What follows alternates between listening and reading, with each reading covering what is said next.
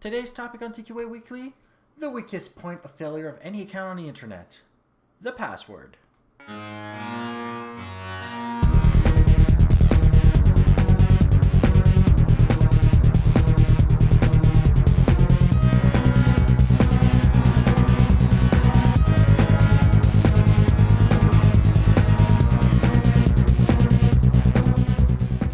My name is Steve Smith. I'm the host of TQA Weekly. This show, if ever you have any questions, comments, suggestions, and or horror stories that have to do with the internet or your computer or anything like that, my email is ask@tqaweekly.com. My website, tqaweekly.com. You can leave a comment to this episode, which would be tqaweekly.com/SE4EP23, or use the contact form that I supply for you for just this purpose. And if you're watching on YouTube, blip.tv, or anywhere else I actually post to every single week, you can always leave a comment down below. So today we're going to be talking all about the password, the weakest point of failure of any account on the internet, and the biggest problem is the choice of passwords and how they are composed.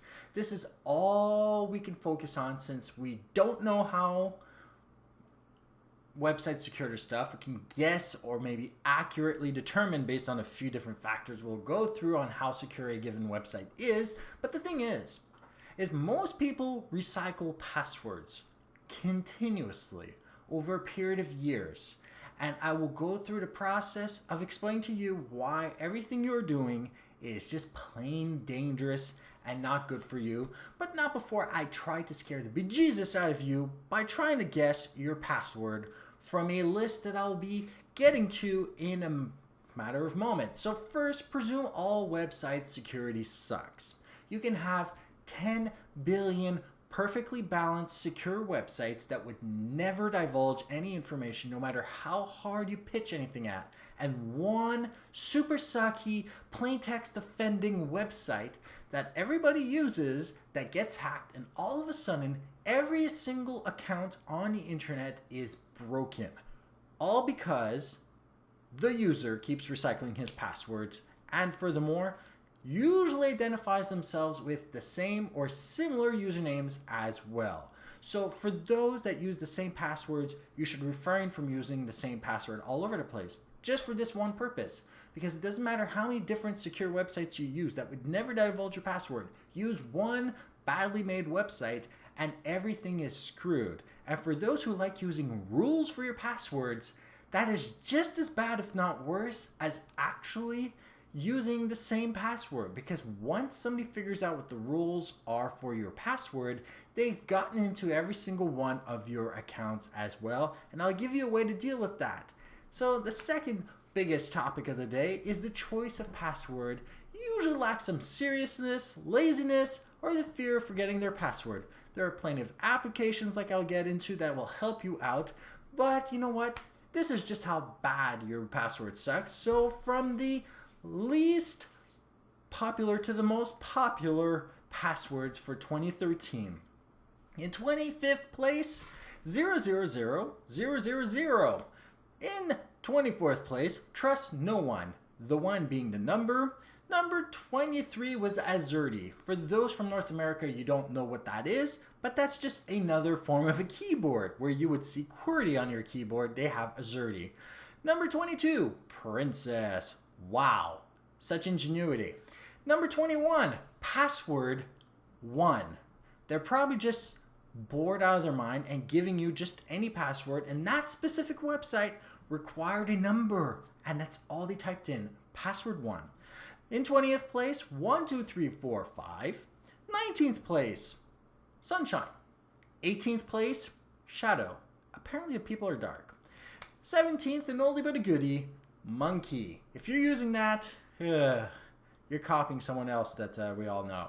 16th place, 1, 2, 3, 4. I don't know which website you're on, but that website that allows a 4-character password really needs to go.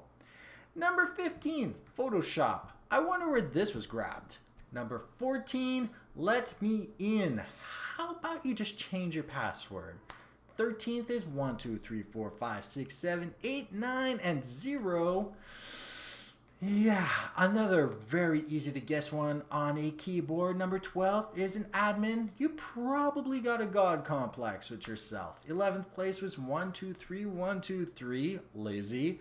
Number 10 was Adobe 123, probably a password grab from adobe.com because they actually did get hacked. Number 9 was I love you, so sweet but don't care. 8th place was 1234567. Still, 7 characters. Not secure. Don't know which website actually allows that. 7th place was 111111. There is a way to check if somebody's repeatedly pressing the same character in code. You just need to apply it. In number 6th placed, it's 123456789. 5th place is ABC123, still too short a password. 4th place, QWERTY, those famous 6 letters on the keyboard in the top left. Number 3, 123456788, so a website that probably required 8 characters, but didn't validate to make sure they were just numeric or not. In 2nd place, password. At least it's not 1st place, because 1st place is 1234556. So here's a few things. If your password is amongst this list that I just went through, change it now. If your password is similar to anything in this list, or an elite version of it, because you just saw that flipping some letters for numbers was actually cool or more secure, change it anyway. It's not secure. We already know how to check for that.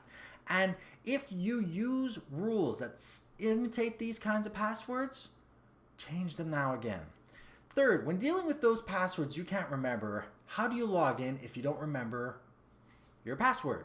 Well, you can use things like LastPass. So that deals with all this. First of all, I told you you should be using a strong password, a password you can't possibly remember, and never repeat it, and don't use rules. LastPass will help you out with this. You can automatically generate better passwords with LastPass, and you only need to remember their password. Afraid for security? They offer 2-factor authentication using Google Authenticator.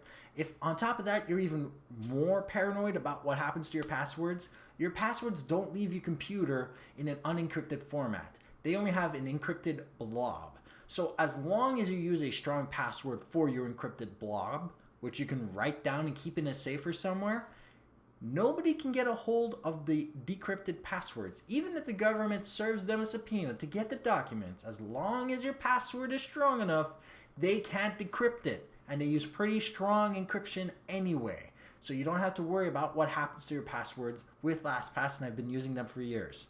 They will help you out, and with a 2-factor authentication, not just anybody can gain access to your files. So excluding governments and police agencies and all that probably won't waste their time with this, since it is an encrypted blob anyway, and LastPass simply can't decrypt that. You might as well use them. And lastly, we occasionally forget our passwords. We go through our favorite websites and then request the ability to log back in. Occasionally, websites email our passwords we had, and this is dangerous on so many different levels. Emails are sent in plain text, and I've gotten into fights about this. Plenty of people actually believe that this is a good way of being secure, and some people actually want their password back. First, if you want your original password back, you suck. You shouldn't be able to get your password back. By email is dangerous on so many different levels. First, anybody can intercept that email on any server from the originating server all the way to your house or wherever you're connecting. Second, if you are on an open Wi-Fi hotspot, somebody can still intercept your email and gain access. And worst of all, other people can invoke the lost password in these websites and intercept your email and get the password even though you didn't explicitly ask for this. That means that there is always the lurking danger that somebody forces the website to ask for your password, they intercept your password and gain access to your account even though you didn't technically lose your password. To combat some of the possibilities of having that as a problem, some websites use password hints instead. We all know what that is, Windows use it, and that still doesn't really help us get back into our account. So other websites, even my own, use the secret question answer method. If you don't know the secret answer to that question, you can't get the originating email to get the password. In some cases, we go a step further and we don't give you the password. We give you a link to create a new password.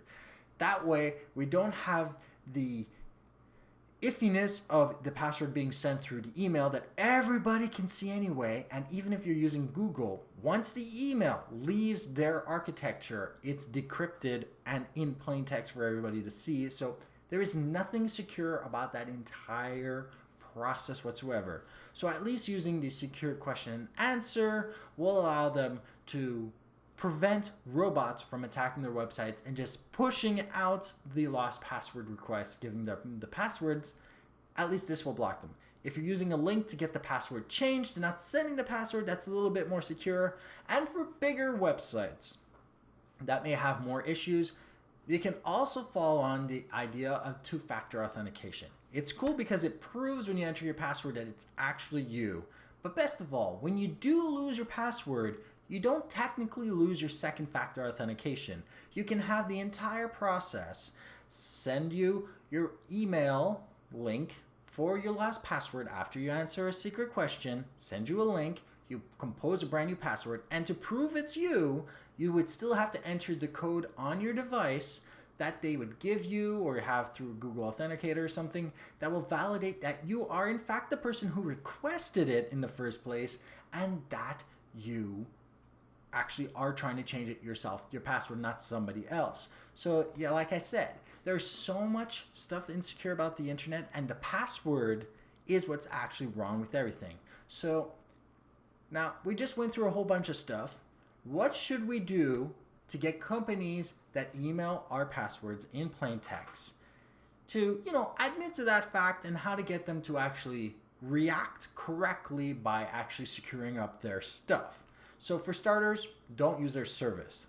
Most of these servers will go out of business if they don't have clients. The more people know they don't secure their accounts, the more people are going to leave.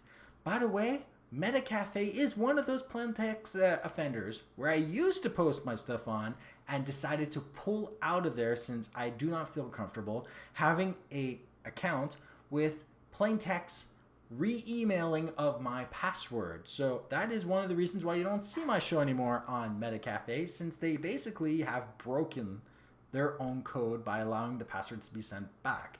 So that's one way. You can report them to plain text offenders. That will be in the show notes. The link's in the video. Otherwise, it's always in the MP3 file if you're listening. And furthermore, demand them why they're doing this kind of stuff through social networking in public. The more people see these kinds of messages, the more they're forced to react. The more they're going to have to fix their stuff and get it through. And more importantly than ever, remember, never reuse any of your passwords.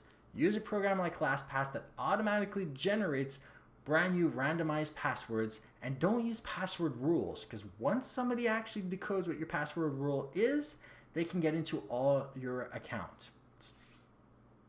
So, just one last thing. Simply encrypting a password is not enough. If the company can decrypt it, so can anyone else.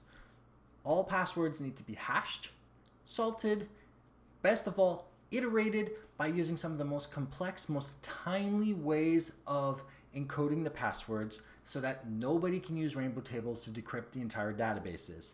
Just because you encrypt the password does not mean it's secure. But if you make it so difficult to regenerate the password using computer processing and graphics processing techniques, then the password is just that more secure than losing the password to the encryption of your website. So if you like this show, like it. If you actually think other people can benefit from this, share this episode. And if you didn't already subscribe to the show. Thank you for watching, listening, and have a great day.